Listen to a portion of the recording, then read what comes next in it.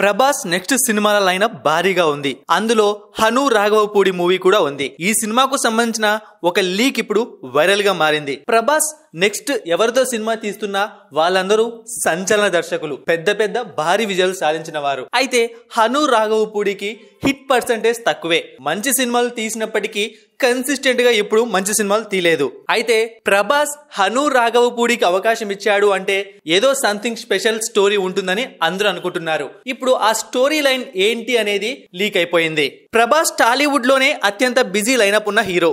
అంతేకాదు ఎక్కువ సినిమాల లైనప్ ఉన్న హీరో కూడా. ఆయన పేరుతో వేల కోట్ల బిజినెస్ జరుగుతోంది. ప్రస్తుతం ఆయన నటిస్తున్న చేయాల్సిన సినిమాలన్నీ కలిస్తే సుమారు 5-6 వేల కోట్ల వాల్యూ ఉంటుందని చెప్పొచ్చు. ఆయన ఒక్క సినిమా పైనే 1000 కోట్లకు పైగా వ్యాపారం జరుగుతుంది. ఇక పెద్ద రేంజ్ సినిమాల స్థాయి 2000 కోట్ల పై మాటే. ఇలా బడ్జెట్, బిజినెస్, వసూల పరంగా చూస్తే ప్రభాస్ సినిమాల లెక్క 7-8 వేల కోట్లు ఉంటుందని చెప్పడంలో అతిశయోక్తి లేదు. ఇక ప్రస్తుతం ఆయన కల్కి 2898 AD సినిమాలో నటిస్తున్నారు.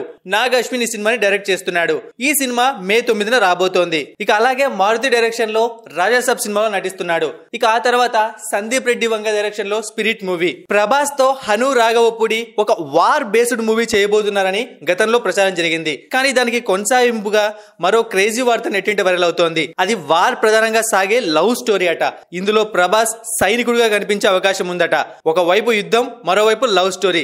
ఇదే ఈ సినిమా మెయిన్ లైన్ అని తెలుస్తోంది. మరి ఆ రెండింటిని ఎలా బ్యాలెన్స్ చేస్తారనేదే వేచి చూడాలి. ఇదే ఇప్పుడు డార్లింగ్ ఫ్యాన్స్ ను కలవరానికి గురి చేస్తోంది, టెన్షన్ పెడుతోంది. యుద్ధం వరకు ఓకే, మళ్ళీ ఆ లవ్ స్టోరీ ఎందుకు అని వాళ్ళ భయానికి కారణం. ప్రభాస్ తో లవ్ స్టోరీ ఏంట్రా అంటున్నారు. ఇప్పటికే రాధేశ్యామ్ పెద్ద డిజాస్టర్ అయింది. ప్రభాస్ ని అలాంటి పాత్రలో చూడలేకపోయారు. మళ్ళీ రాధేశ్యామ్ చేస్తారా ఏంటి అంటూ ఆందోళన చెందుతున్నారు. హను రాఘవపూడి గత చిత్రం సీతారామంలో ఆర్మీ బేస్డ్ లవ్ స్టోరీ ఉంది. ఇందులో హీరో దుల్కర్ ని సైనికుడిగా చూపించారు. అతని ప్రేమకథని ఆవిష్కరించారు.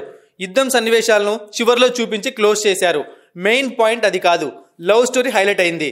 మరి ప్రభాస్ సినిమాని ఎలా చూపిస్తారు? లవ్ ని హైలైట్ చేస్తారా, వార్ ని హైలైట్ చేస్తారా అనేది తెలియాలి.